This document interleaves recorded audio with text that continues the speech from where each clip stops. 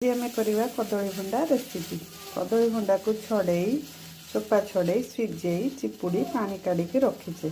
से मसला प्रस्तुत करचे अदा रसुण पियाज जीरा हलदी बटा ए काश्मीरी लंका बटा जाइए। छोट छोट कर आलू काटीचे टमाटो काटिकी रखीचे।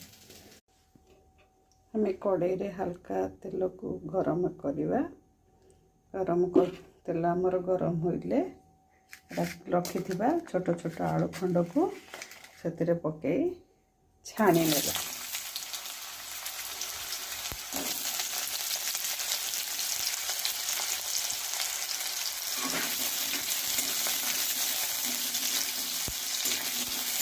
आलू लाल हो गले से जाए आम छाणुवा।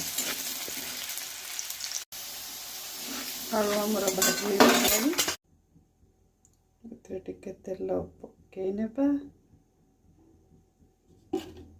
तेल आमर गरम हो गलानी से मसला पेस्ट को पकई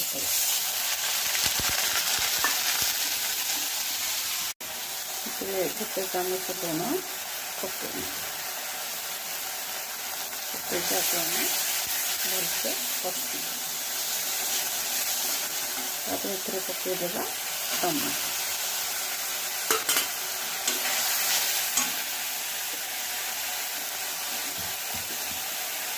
पकईदेवा चिकेन मसला गुंड।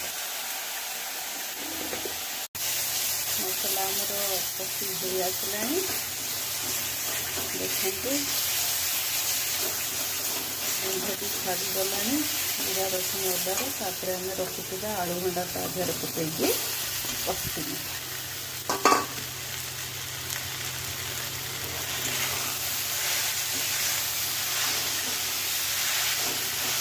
भलसे 5-10 मिनट कषि नेबा हल्का आंचरे।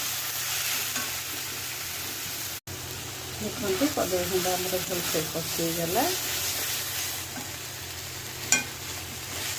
दे सीझापी हल्का पानी देगा।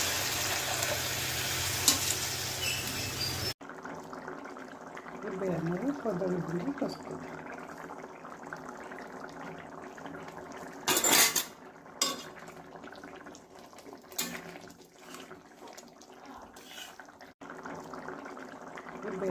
कदली भंडा प्रस्तुत।